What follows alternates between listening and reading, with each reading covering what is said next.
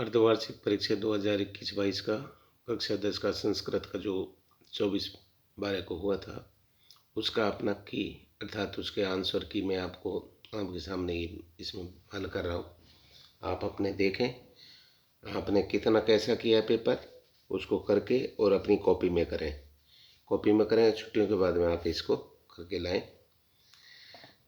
जैसे अधोलिखित प्रश्नानाम उचित विकल्पम चेत्वा लिखत अतः नीचे दिए गए प्रश्नों के उचित विकल्प चुनकर लिखो। अत्र जीवितम कीदृशम जाते, यहाँ जीवन कैसा हो रहा है। सरल सरलम दुर्जनम सुकरम दुष्करम, तो कैसा हो रहा है दुष्करम। न चैन सहसा क्रम जरा समधि रोहती, इसमें जरा अर्थात इसके लिए क्या आंसर हो गया वार्धक्यम। ये मैंने कैसे पेपर करना होता है वो सारा इस कॉपी में हल किया हुआ है। आपको इसी प्रकार से पेपर हल करने की आना चाहिए। कैसे आपको प्रश्नों को लिखते हैं कैसे उत्तर लिखते हैं वो मैंने लिख के आपको इसमें एज ए बताया है। आप इसको देख करके कॉपी में लिखेंगे और आगे बोर्ड की परीक्षा के लिए भी इसी प्रकार से तैयारी करेंगे। अधोलिखित प्रश्नानाम उचित विकल्पम चित्वा लिखित, अर्थात नीचे गए उनका उचित विकल्प लिखेंगे। अत्र जीवितम कीदृशं जाते, सरलम दुर्जनम सुकरम दुष्करम, इसका हो गया दुष्करम। नैचे सहसाक्रम जरा समधि रोहती, वार्धिक्यम यौवनम जड़ताम मृत्युम, इसका हो गया वार्धिक्यम। शिवो बंदे शब्दे संधि अस्ति गए उत्व, अव्यय भाव समास से उदाहरण अस्ति कै यथाशक्ति। अपादाने विभक्ति भवति, अपादान विभक्ति है कै पंचमी। अर्थात ये अपना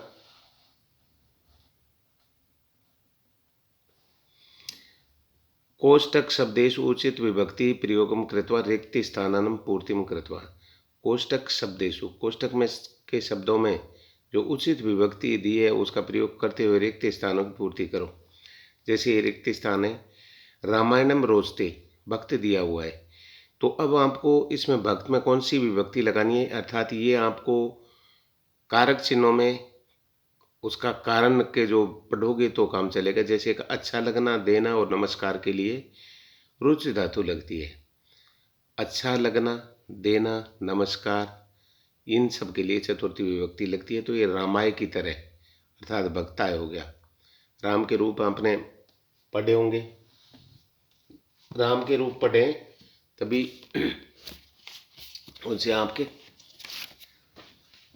राम के रूपों के माध्यम से ही उसमें से देख करके यदि आपने नहीं किए हैं तो आपको कर लेने चाहिए। राम के रूप जैसे कि आपके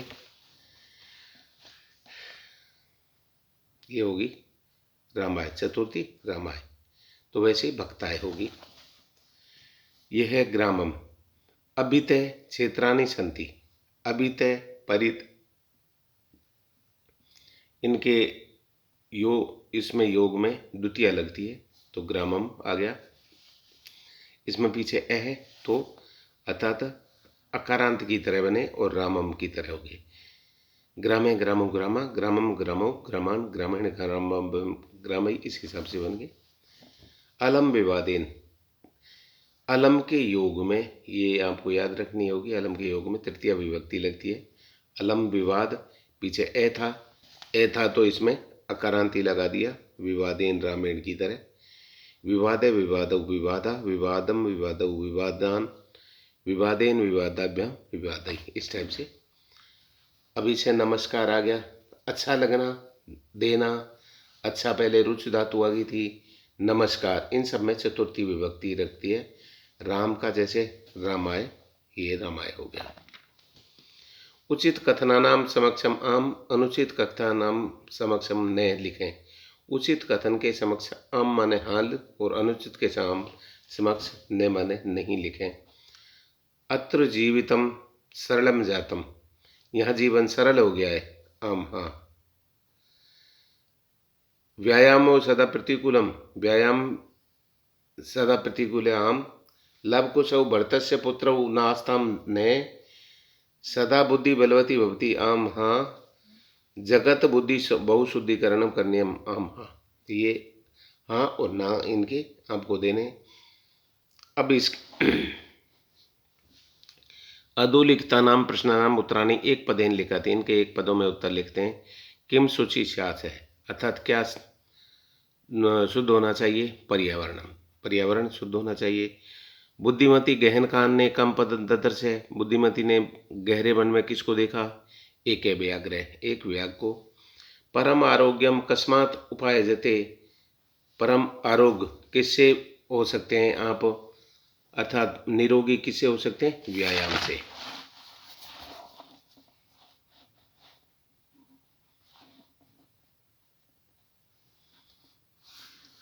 केन संबंधेन वाल्मीकि लवकुशौ गुरु, किस संबंध से, किन तृतीया लगी हुई है ना, किस संबंध से वाल्मीकि लवकुश के गुरु थे। उपनयन उपदेश के कारण उनके गुरु थे। सुरभि वचनम श्रुत्वा कस्य हृदय अद्रवत, सुरभि के वचनों को सुनकर किसका हृदय द्रवित हो गया। ये अपना इसका उस पाठ में से अपने को देखना था, इसका देखते हैं। संधि विच्छेदम कुरते, संधि विच्छेद करो। समचरणम, इसका संचरणम हो गया। अन्योपि, एक एक का एक एक हो गया। श्यान्नैव का स्यात् प्लस न प्लस एव हो गया। अधोलिखित रेखांकित पदेषु समस्त पदानाम, समस्त पदानाम विग्रहम, इन सभी पदों का विग्रह, अथवा विग्रहम पदानाम समस्त कृत्वा, विग्रह पदों का समास करके लिखें। दिनम दिनम प्रति योगाभ्यासम कर्तव्यम, दिनम दिनम प्रति, इसका हो क्या गया, प्रतिदिनम हो गया, प्रत्येक दिन, अर्थात अव्ययभाव समास है इसमें। माता पितरौ गच्छते, माता पितरौ अर्थात इसमें द्वंद्व समास है। परिभाषा, जहाँ समास में दोनों पदों का अर्थ प्रदान होता है वह द्वंद्व समास होता है। माता पितरौ में अर्थात माता से पिता से, इसमें द्वंद्व समास है। प्रश्न 7 है, अधस्तनेषु रेखांकित पदेषु विभक्तम तत्कारणम लिखत, नीचे दी गई अधस्तनेषु, नीचे लिखे गए पदों में विभक्ति और उसका कारण लिखिए। अब जैसे है कविषु कालिदास श्रेष्ठ है, अब ये कविषु है, अर्थ बहुसु हो गया इसका। बहुसु एकस्य विशेषता प्रदर्शित, बहुत सौ में एक की विशेषता प्रदर्शित की जाती है। जैसे कविषु में पदे सप्तमी विभक्ति, वहाँ पर सप्तमी विभक्ति होती है। बहुत सारों में से यदि किसी की योग्यता प्रदर्शित की जाए तो वो वहाँ पर सप्तमी विभक्ति लगेगी। हिमालयत गंगा प्रवृत्ति, भू धातु योगे हिमालयात पदे पंचमी विभक्ति वर्तते, भू धातु के योग में हिमालय पद में पंचमी विभक्ति है। निर्देशानुसार शब्द रूपानी लिखित, निर्देशानुसार शब्द रूपी लिखिए। जैसे हरि, तृतीया विभक्ति एक वचन।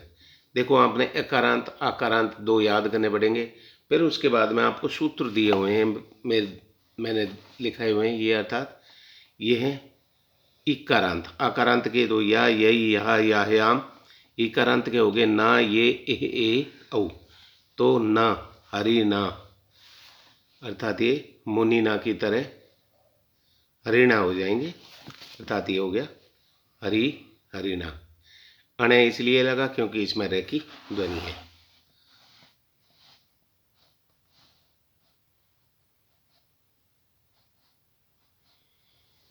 फल सप्तमी विभक्ति एकवचन, फल है ये नपुंसकलिंग, फलम फले फलानि प्रथमा द्वितीय एक वचन, बाकी राम की तरह लगेंगे।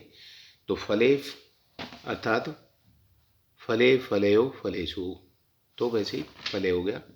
वधु प्रथमा विभक्ति बहुवचन, वधु के रूप उपकारांत हैं, तो उपकारांत आपके वधु के रूप हैं। आपको ये पहले उसमें ये तो छोटे उके हैं भानु, और वधु वधऊ वधवे, भानु भानु भानवे, ये छोटे हुए ये बड़े हुए, ये स्त्रीलिंग है। बड़े ऊ की, तो वधू ये हो जाएगा वधू। अस्मद्गे चतुर्थी विभक्ति एक वचन है। अस्मद्गे, अब जैसे ये आपको रूप मैंने आपको लिखा ही थे, ये हो गए अहम आवाम वयम, माम आवाम अस्मान, मया अवाभ्यम अस्माभि मह्यम। ये चतुर्थी का एक वचन पूछा है, तो इस टाइप से आपके मह्यम या मह्यम ऐसे लिख सकते हो। आगे है निम्नलिखित तो संख्यावाची शब्दों को संस्कृत लिखित। 103 का जैसे हो गया त्रयाधिक शतकम, और 180 का अशीत्याधिक कई एक शतकम, ये हो गया। इनको चाहे अलग कर दें, अशीति अधिकम शतम ऐसे लिख सकते हैं। रेखांकित पदमाग्रत प्रश्न निर्माणम कुरुत, रेखांकित शब्दों का प्रश्न निर्माण कीजिए। जैसे महानगरेशु है, इसमें कौन सी विभक्ति लग रही है? सप्तमी का बहुवचन। तो आपके के रूप के कौ के अर्थात जो स के रूप आपने लगाए थे, जी स के रूप हैं सहतौते तम तौतान तेन ताब्यम तई तन, तो इसमें के किम के रूप लगा दो। के कौ के कम कौकान केन काव्यम कई कस्मे काव्यम कव्य कस्मात काव्यम के बे कस्य कयो केशम कस्मिन कयो केशु, तो ये हो जाएगा केशु इस टाइप से। तो ये आपका यहाँ केशु लगा दो। केशु वाहना नाम अनंता पंक्तियां धावंती, अर्थात कौन से वाहनों की पंक्तियां दौड़ रही हैं, ये प्रश्न बन गया। अर्थात महानगरों में। केशु कहाँ पे? महानगरों में। कौन सी जगह? बुद्धिमती पुत्र द्वय पिता पितुर्गहम, इसमें कौन सी होगी? द्वितीय होगी, तो हमने कम लगा दिया। द्वितीय लगा, द्वितीय की तरह ही लगा दिया हमने, अर्थात कम। कै कऊ के कम कऊ कान, दो ये कम द्वितीय की तरह लगा दिया। कोष्ठकेषु प्रदत्त शब्द प्रकृति प्रत्यानुसार रिक्त स्थानानम पूर्ति, प्रकृति प्रत्यय के अनुसार रिक्त स्थान की पूर्ति कीजिए। इसमें पट प्लस सत्री, तो इसका हो जाएगा पठन। सेवमान, इसका अनुमान आ जाएगा, तो सेवमान हो जाएगा सानस। जन प्लस तल, तो ता लग जाएगा उसका जनता। और शक्ति प्लस मतुम, शक्तिवान हो जाए वान। प्रश्न आदित्य स्व पाठान श्लोकम लिखत, अपनी पाठ पुस्तक से 2 श्लोक लिखने हैं अपने को। ये आपको याद होने चाहिए, पहले से ही याद कर लें, क्योंकि ये 3 नंबर आप खाली नहीं जाने चाहिए। शरीरम आशयजनम कर्मम व्यासनम ज्ञातम तत्कृतम च सुखम देहि विमद्यात् समद्वयते शरीरोपचय कांतिर्गात्राणाम सुभक्तता दीप्ताग्नि त्वम नालस्य स्थिरत्वम लाघवम मृजाम। बार बार मैं ऐसे करके शुरू से आप 3 श्लोक अपने याद कर लें। अधोली क्रम रहिताम पंक्त्याम क्रम पूर्वक संयोजनम कृत्वा लिखितम, आपके जो क्रम रहित पंक्तियाँ हैं, क्रम रहित पंक्तियाँ आती हैं, तो उनमें आपको क्रम में बनाकर लिखना होता है। जैसे कि आपकी क्रम आई, अधोलिख क्रम पंक्तियाँ लिखिए। उल्टी सीधी आती हैं तो आप पहले इस टाइप से लिख भी सकते हैं, ये पहला है, दूसरा है, तीसरा, चौथा, पांचवा, ऐसे करके पहले आपने इस टाइप से 3 4 5 क्रम लगा के रख लिए। आप याद के लिए इस टाइप से भी लिख सकते हैं, जैसे ये तीसरा है, चौथा, ऐसे लिख दिया। फिर उनका आप व्यवस्थित करके ऐसे लिख दें। जैसे आपने पहले इसको लिख लिया, सृगालानाम वनाथ, आपने सृगालय वनाथ नगरम आगत है। फिर दूसरा लिख दिया सृगाल नीली नीली भांडे, सृगालय नीली भांडे, सृगाल नीले भांडे में गिर गया। फिर वन्य तच आधिपत्य अवध, वन के जंतुओं ने उसका आधिपत्य स्वीकार कर लिया। फिर से अन्यथान सृगालन दून कृतवान, उसने अन्य सृगालों को दूर किया। फिर सर्वे सृगालान महासदो कृतवंत, सभी सृगालों ने महाशोर किया। इस प्रकार से अधुलिख गद्यांश से हिंदी भाषा सप्तंक से अनुवादे कुरुत, इस प्रकार से जो आपका ये गद्यांश आता है 5 नंबर का, ये 4 नंबर का आता है, तो इसका हिंदी अनुवाद करना है। तो हिंदी अनुवाद आप पहले इसको 2 बार पढ़ लें। पढ़ने के बाद में पहले कठिन शब्द लिखें, आपको जो आते हैं उन्हीं का लिखें, कोई ज़रूर नहीं। जैसे कठिन शब्द कृषक है, आपको मान लो कृषक का आता है, किसान हो गया। बलिवर्धाभ्याम, दोनों बैलों से, क्षेत्रकर्षणम, खेत की जुताई, 2 4 5 उनको लिख दिया, जो भी आपको आता है। उसके बाद प्रसंग लिखो कि ये आपका चैप्टर कहाँ से लिया गया है। और नहीं तो आपको इतना तो ध्यान ही है प्रसंग में, ये प्रस्तुत गद्यांश हमारी पाठ्य पुस्तक से मुशी द्वितीय भाग के जननी वस्तु, ये पाठ याद हो तो ठीक है, लिख दो। द्वितीय भाग से शीर्षक से लिया गया है, पाठ से लिया गया है, यूँ सीधा लिख दो से। प्रस्तुत अंश में एक किसान के द्वारा 2 बैलों के खेत की जुताई करने हेतु ले जाने का तथा उसमें एक दुर्बल बैल को अशक्तता या किसान द्वारा उसको पीटने पर या ताड़ित करने पर इस प्रकार से वर्णन किया गया। ऐसे इसका थोड़ा सा प्रसंग लिख के फिर उसका अनुवाद लिखना चाहिए हमको। हिंदी अनुवाद, जैसे कोई किसान 2 बैलों से खेत की जुताई करता है, ये सब सारे इसके अनुवाद करते हुए इसका ही कथित करके बलिबद्धम क्षेत्र कर्षम कुर्बान निश्चयति, अर्थात जुताई करता है। उन दोनों बैलों में से एक शरीर से दुर्बल और तीव्र गति से चलने में असमर्थ था, इसलिए किसान उस दुर्बल बैल को कष्ट देता हुआ हाँका करता था। वह बैल हल उठाकर चलने में असमर्थ हुआ, खेत में गिर पड़ा। क्रोधित किसान ने उसे उठाने के लिए अनेक बार प्रयास किया, फिर भी बैल नहीं उठा। या अब ये नहीं होता तो फिर इसके अथवा में दिया है, इन दोनों में से कोई सा एक कर लें, 4 नंबर के। बुद्धि बलवती सदायती पाठ से सारा है। इस पाठ का सार आपको इस हिसाब से अर्थात व्यवस्थित करके लिखें। बुद्धिमती पहले ये लिख दिया अपना कि कौन सा कर रहे हो, तो इससे पता चल जाए। पाठ का सार, प्रस्तुत पाठ जननी वसुला में पूरी थोड़ी सी वर्णन करके ढंग से लिखें। वर्णित तथा कथा सागर में वन पर्व से ली गई है। यह कथा सभी प्राणियों में समदृष्टि की भावना जगाती है। कथा के अनुसार कोई किसान 2 बैलों से खेत की जुताई कर रहा था। उन दोनों बैलों में से एक शरीर से दुर्बल था, तेज गति से चलने में असमर्थ था, अतः किसान उस दुर्बल बैल को अत्यधिक कष्ट देता था। वह बैल हल उठाकर चलने में असमर्थ होकर खेत में गिर पड़ा। भूमि पर गिरे हुए अपने पुत्र बैल को देख करके गोमाता सुरभि की आंखों में आंसू आने लगे। सुरभि को रोता हुआ देख करके देवराज इंद्र ने इसका कारण पूछा। सुरभि ने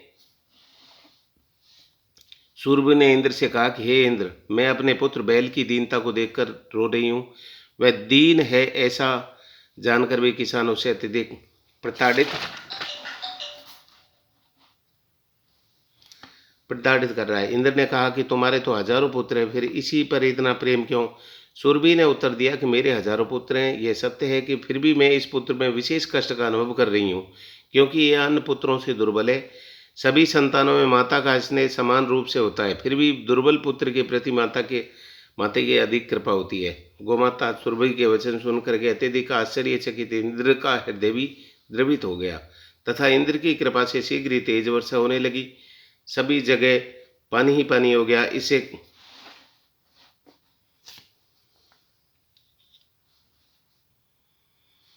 तेज वर्षा होने लगी, सभी जगह पानी पानी हो गया। इससे किसान अत्यंत प्रसन्न होकर अपने दोनों बैलों को लेकर घर चला गया। कथा के अंत में कहा गया है कि सभी संतानों में माता का समान रूप से स्नेह भाव होता है, किंतु दीन पुत्र के प्रति माता के मन में अतिशय प्रेम होता है। इस प्रकार से आप उसका पाठ का सार लिखिए, क्योंकि 4 नंबर का है तो थोड़ा तरीके से लिखें। फिर है अपना 15वां इसमें प्रश्न दिया हुआ है। भगवान देवदत्त स्वकीय मित्र राजेंद्र स्वविद्यालय से वार्षिक उत्सव विषय अधिलिखितम पत्रम मंजूषा पदम सहायता पूरितम, अर्थात आप देवदत्त हैं, अब स्वकीय मित्र अपने मित्र राजेंद्र के प्रति अपने विद्यालय के वार्षिक उत्सव के विषय में, जो सप्तमी लग रही है, नीचे लिखे गए पत्र के इन मंजूषा के पदों की सहायता से पूरा करें।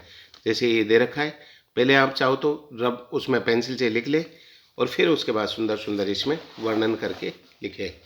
जैसे कि ये अत्र कुशलम भवते मैं कुशल हूँ, फरवरी मासे पंचमे दिनांके मम विद्यालय, फरवरी महीने के 5 तारीख को मेरे विद्यालय में वार्षिक उत्सव आयोजन अभवत्, वार्षिक उत्सव का आयोजन हो रहा है।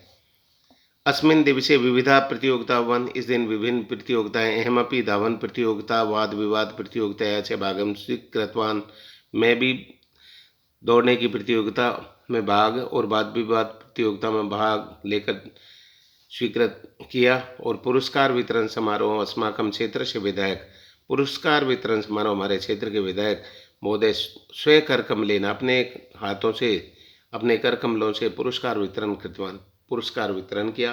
अहमपि पुरस्कारम प्राप्तवान, मैंने भी पुरस्कार प्राप्त किया। अस्तु परिवारे सर्वे यथायोग्य नमस्कारा, अपने परिवार में सभी को यथायोग नमस्कार। शीघ्रमेव प्रेषणीयम, शीघ्र ही भेजें। भवती हमें तृतीय दत्त। इस प्रकार से आपको लिखना है। या